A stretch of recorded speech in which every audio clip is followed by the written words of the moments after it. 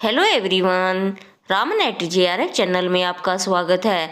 आप सब कैसे हो? उम्मीद करती हूँ आप सब अच्छे होंगे और अपनी पढ़ाई अच्छी तरीके से कर रहे होंगे। तो आज इस वीडियो में हम डिस्कस करेंगे जो हमारा पेपर 2 है हिंदी साहित्य। आज हम उसके PYQs करेंगे और ये PYQs हम करेंगे काव्य शास्त्र के, जिससे आपको बहुत ही ज़्यादा बेनिफिट होगा। जो काव्य शास्त्र का टॉपिक है वो स्टूडेंट्स को काफ़ी डिफ़िकल्ट लगता है, तो हम PYQs की सहायता से इसको ईजी करने की कोशिश करेंगे। और ये क्वेश्चन मैं आपको डिटेल में करवाऊंगी। आप साथ में कॉपी पेन लेकर बैठें या जो भी आपके पास PYQs की बुक है उसे भी साथ में रख लें और आप एक एक क्वेश्चन को सोल्व करते जाओ। तो आइए देखते हैं हमारा पहला क्वेश्चन क्या है। अगर आप इस चैनल पर न्यू हो और आपने अभी तक इस चैनल को सब्सक्राइब नहीं किया है तो आप इसे सब्सक्राइब करें और साथ में बनी बेल आइकन को प्रेस कर दें, जिससे सभी वीडियोज़ के नोटिफिकेशन आपको टाइम टू टाइम मिलते रहें। तो आइए देखते हैं हमारा पहला क्वेश्चन क्या है। काव्य शास्त्रीय ग्रंथों का काल क्रमानुसार सही अनुक्रम है। तो मैं इसका सीधा आंसर आपको बताती चलूँगी। तो इसका जो हमारा राइट ऑप्शन है वो है हमारा ए, काव्यदर्श। तो हमें ये भी पता होना चाहिए कि काव्यदर्श किसका ग्रंथ है और कौन सी सदी में ये लिखा गया। तो काव्यदर्श जो है ये दंडी का ग्रंथ है और इसका जो वर्ष है वो है 7वीं शती। उसके बाद है ध्वन्यालोक। इसके जो काव्य शास्त्रीय आचार्य हैं वो हैं आनंदवर्धन। ये भी आप साथ साथ लिखते जाओ, आनंदवर्धन, और इनका टाइम है 9वीं शती। इसके बाद है काव्य मीमांसा। काव्य मीमांसा के आचार्य हैं राजशेखर और इनका जो टाइम है वो है 9वीं शती का उत्तरार्ध। ये आप याद रखें, 9वीं शती का उत्तरार्ध। उसके बाद है वक्रोक्ति जीवितम। तो ये है कुंतक का और इनका समय है 10वीं शती। तो आप इनको ज़रूर याद रखें, इनसे हमारे क्वेश्चन बनते हैं। नेक्स्ट क्वेश्चन देखते हैं। कालक्रम की दृष्टि से साहित्य सिद्धांतों का सही अनुक्रम क्या है। तो इसका जो हमारा राइट ऑप्शन होगा वो होगा ए, रस आएगा पहले, उसके बाद अलंकार, रीति और ध्वनि। तो रस सिद्धांत है भरत मुनि का, ये तो आप सबको पता ही होगा, भरत मुनि। और इनका जो टाइम है वो है 2री शती। इसके बाद है अलंकार। अलंकार है भामा का और इनका जो टाइम है वो है 6ठी शती। उसके बाद है रीति। रीति है वामन का और इसका जो टाइम है वो है रीति का वामन और 8वीं शती। ध्वनि का है ध्वनि, ये भी पता होना चाहिए किसका है। ध्वनि है आनंदवर्धन का और इसका टाइम है 9वीं शती। तो आप ये सब याद रखें। इनका जो क्रम है और जो इनके ग्रंथ हैं वो आप जरूर याद रखें, इनसे क्वेश्चन हमारा हर बार बनता है। आगे देखते हैं स्थापना और तर्क के। जो हमारा काव्य शास्त्र है उससे स्थापना और तर्क के भी बहुत सारे क्वेश्चन हमारे बनते हैं। तो आइए देखते हैं स्थापना और तर्क। तो पहले दिया गया है इसकी स्थापना और उसके बाद तर्क देखते हैं। तो स्थापना में कहा गया है भ्रम, कल्पना और प्रतिभा ज्ञान के विरुद्ध प्रत्यक्ष और ठोस अनुभव को महत्व देना आधुनिक बोध का प्रमुख लक्षण माना जा सकता है। तर्क इसका है इस अनुभववादी दृष्टिकोण का प्रभाव काव्य की रचना प्रक्रिया का रसास्वादन की प्रणाली पर पड़ता है। तो इसका जो हमारा राइट ऑप्शन होगा वो होगा हमारा ए, यानी इसकी जो स्थापना है वो भी सही है और इसका तर्क भी सही है। नेक्स्ट क्वेश्चन देखते हैं। ए, इसकी स्थापना है वीरता का अनुकरण किया जा सकता है, वैसे ही जैसे मन की प्रसन्नता उधार ली जा सकती है। तर्क इसका है क्योंकि वीरता का संबंध शरीर के बल से होता है और होता है मनोबल से नहीं। तो इसका जो हमारा राइट ऑप्शन होगा वो होगा हमारा डी, यानी इसकी जो स्थापना है वो भी गलत है और इसका जो तर्क है वो भी गलत है। नेक्स्ट क्वेश्चन है, इसकी स्थापना है सौंदर्य कारक धर्मों का अलंकार कहते हैं। तर्क इसका है लेकिन इसका कल्पना से कोई संबंध नहीं होता। तो इसका जो हमारा राइट ऑप्शन होगा वो होगा हमारा सही, ए सही और आर गलत है। सौंदर्य कारक धर्मों को अलंकार कहते हैं, ये सही है, और लेकिन इसका कल्पना से कोई संबंध नहीं होता, तो ये हमारा गलत है। नेक्स्ट क्वेश्चन है छठा, रस न तो निर्विकल्पक ज्ञान का विषय है और न ही सविकल्पक का। इसका जो तर्क है वो देखते हैं। क्योंकि रस की प्रतीति में श्रृंगार, वीर, हास्य, करुण आदि रस विशेष रूप से आभासित होते हैं, इसलिए रस निर्विकल्पक ज्ञान का विषय नहीं है। तो इसका जो हमारा राइट ऑप्शन होगा वो होगा ए सही और आर गलत है। नेक्स्ट क्वेश्चन है, काव्य श्रवण या नाट्य दर्शन से आविर्भूत रस आनंद का ही प्राय होता है। तर्क इसका है क्योंकि पश्चिमी शास्त्रों में रस को ब्रह्मानंद का समानार्थी माना गया है। तो इसका जो हमारा राइट ऑप्शन होगा वो होगा हमारा सी, ए सही और आर गलत है। नेक्स्ट क्वेश्चन है, संचारी भावों के उदय होने से रसा अवस्था को स्थायित्व प्राप्त होता है। तर्क है क्योंकि विभाव, अनुभाव तथा संचारी भाव स्थायी भाव के सहायक और वर्धक होते हैं। तो इसका राइट ऑप्शन होगा हमारा बी, ए सही और आर सही, दोनों ही सही हैं। नेक्स्ट क्वेश्चन है, आचार्य भरत के रस सूत्र के व्याख्याता शंकुक के सिद्धांत का नाम क्या है।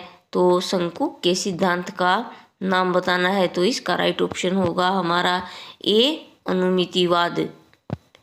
नेक्स्ट क्वेश्चन है, कालक्रम की दृष्टि से निम्नलिखित आचार्यों का सही अनुक्रम हमें बताना है। तो इसका राइट ऑप्शन होगा हमारा ए, पहले वामन, कुंतक, मम्मट और विश्वनाथ। तो वामन का जो टाइम है वो है 8वीं सदी और उसके बाद कुंतक 10वीं सदी और मम्मट 11वीं सदी और विश्वनाथ 14वीं सदी। तो आप ये याद रखें, इस तरह के क्वेश्चन बार बार पूछे जाते हैं। नेक्स्ट क्वेश्चन है, जिस प्रकार हमारी आंखों के सामने आए हुए कुछ रूप व्यापार हमें रसात्मक भावों में मगन करते हैं, उसी प्रकार भूतकाल में प्रत्यक्ष की हुई कुछ परोक्ष वस्तुओं का वास्तविक स्मरण भी कभी कभी रसात्मक होता है। तर्क इसका है क्योंकि तब हमारी मनोवृत्ति स्वार्थ या शरीर यात्रा के रूखे विधानों से हटकर शुद्ध भाव क्षेत्र में स्थित हो जाती है। तो इसका जो हमारा राइट ऑप्शन होगा वो होगा ए, इसकी जो स्थापना है वो भी सही है और इसका तर्क भी सही है।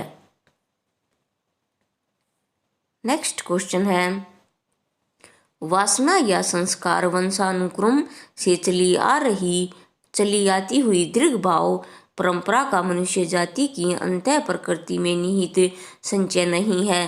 तर्क किसका है, इसी कारण भारतीय आचार्यों की यह मान्यता पश्चिम की मनोविश्लेषणवादी सामूहिक अवचेतन की अवधारणा से पुष्ट है। तो इसका जो हमारा राइट ऑप्शन होगा वो होगा हमारा सी, यानी इसकी स्थापना भी गलत है और इसका तर्क भी गलत है। नेक्स्ट क्वेश्चन है, किसी काव्य का श्रोता जिन विषयों को मन में लाकर रति, करुणा, क्रोध, उत्साह इत्यादि भावों तथा सौंदर्य, रहस्य, गांभीर्य आदि भावनाओं का अनुभव करता है, वे अकेले उसी के हृदय से संबंध रखने वाले होते हैं। तर्क इसका है क्योंकि उपयुक्त सभी विषय और भाव मनुष्य मात्र की भावात्मक सत्ता पर प्रभाव डालने वाले होते हैं। तो इसका जो हमारा राइट ऑप्शन होगा वो होगा बी, ए गलत और आर सही है। नेक्स्ट क्वेश्चन है, कविता में चित्रित प्रेम निजी होता है। तर्क इसका है क्योंकि प्रेम सामाजिक भाव नहीं है। इसका राइट ऑप्शन होगा हमारा सी, यानी इसका जो इसकी स्थापना वो भी गलत है और इसका तर्क भी गलत है। नेक्स्ट क्वेश्चन है, चेतना अनुभूति की सघनता और चिंतन की पराकाष्ठा है क्योंकि अनुभूति और चिंतन का संबंध शुद्ध हृदय के संवेदन से है। तो इसका जो हमारा राइट ऑप्शन होगा वो होगा हमारा बी, ए सही और आर गलत है। नेक्स्ट क्वेश्चन है, भक्ति को सा प्रानुक्ति सवरे कहा गया है, इसलिए भक्ति को साध्य स्वरूपा माना गया है। तो इसका जो हमारा राइट ऑप्शन होगा वो होगा सी, यानी इसकी जो स्थापना है वो भी सही है और इसका तर्क भी सही है। भक्ति को सा प्रानुक्ति रे सवरे कहा गया है, इसलिए भक्ति को साध्य स्वरूपा माना गया है। तो इसका राइट ऑप्शन होगा हमारा सी। अब नेक्स्ट क्वेश्चन देखते हैं,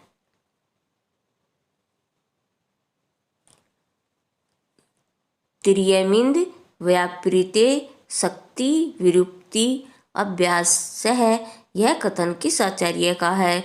तो इसका जो हमारा राइट ऑप्शन होगा वो होगा हमारा बी, ये जो कथन है ये रुद्रट का है और रुद्रट जो है वो कश्मीर के निवासी थे और इनका जो टाइम है वो 9वीं सदी का पूर्वार्ध माना जाता है। नेक्स्ट क्वेश्चन है, निम्नलिखित में से कौन सा वक्रोक्ति का भेद नहीं है। तो इसका राइट ऑप्शन है हमारा ए, उक्ति विन्यास वक्रता, ये वक्रोक्ति का भेद नहीं है। बी, वर्ण विन्यास वक्रता, ये भी इसका भेद है। और सी, पद पूर्वार्ध वक्रता, ये भी है। और डी, प्रकरण वक्रता, ये भी वक्रोक्ति के भेद हैं। नेक्स्ट क्वेश्चन है, रस उत्तर के व्याख्याकारों का सही अनुक्रम हमें बताना है। तो इसका जो हमारा राइट ऑप्शन होगा वो होगा सी, बटलोलट, शंकु के भट्टनायक और अभिनव गुप्त।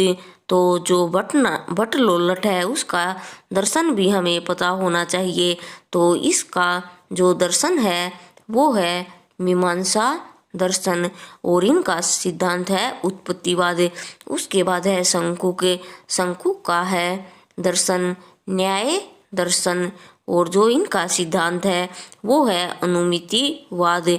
उसके बाद भट्टनायक का दर्शन है सांख्य दर्शन और जो इनका सिद्धांत है वो है भुक्तिवाद। उसके बाद है अभिनव गुप्त का दर्शन है शैव दर्शन और इसका सिद्धांत है अभिव्यक्तिवाद। तो आप इनके दर्शन और इनके सिद्धांत आप जरूर याद रखें, इनसे हमारा क्वेश्चन बन सकता है। नेक्स्ट क्वेश्चन है, निम्नलिखित आचार्यों को उनके ग्रंथों के साथ सुमेलित कीजिए। ये मिलान वाले क्वेश्चन होते हैं, ये काफ़ी इजी भी होते हैं क्योंकि हमें एक का पता है या दो का, तो हमारा ये क्वेश्चन राइट हो जाता है। तो इसमें जो हमारा राइट ऑप्शन होगा वो होगा हमारा सी। तो आइए मिलान करते हैं। अभिनव गुप्त का है ए का, दूसरा धवन्या लोकलोचन और बी है राजशेखर का है हमारा चौथा काव्य मीमांसा। उसके बाद है महिम भट्ट का है व्यक्ति विवेक पांचवा और उसके बाद है भोजराज। भोजराज का है पहला सरस्वती कंठाभरण। और जो ये बच गया इसको भी देख लेते हैं। काव्य प्रकाश है मम्मट का, तो आप ये भी याद रखें। इसी तरह से आप एक एक क्वेश्चन जो हम PYQs कर रहे हैं उन क्वेश्चंस को डिटेल में सोल्व करो, जिससे आपको बहुत ही ज़्यादा फ़ायदा होगा। तो फ्रेंड्स, आज हमने इस वीडियो में काव्य शास्त्र के 20 PYQs किए हैं और इनको डिटेल में समझा है। इसी तरह से हम आगे भी इस सीरीज़ को कंटिन्यू रखेंगे। तो ये वीडियो आपको कैसी लगी ये कमेंट बॉक्स में कमेंट करके ज़रूर बताएं, और आप किस टॉपिक पर वीडियो चाहते हो वो भी मुझे कमेंट बॉक्स में कमेंट करके बताएं। तो फ्रेंड्स, आज के लिए इस वीडियो में इतना ही। मिलते हैं नेक्स्ट वीडियो में, और जो बच गए हैं PYQs काव्य शास्त्र के उनको हम आगे जो नेक्स्ट वीडियो आएगी उसमें कंटिन्यू करेंगे। तो आज के लिए इतना ही। अगर यह वीडियो आपको पसंद आए तो इस वीडियो को लाइक करें, चैनल को सब्सक्राइब करें और साथ ही से शेयर करें। जो भी स्टूडेंट से हिंदी साहित्य से किसी भी एग्ज़ाम की तैयारी कर रहे हैं सभी को इन वीडियोज़ का लाभ पहुँचे। तो आज के लिए इतना ही। Thank you.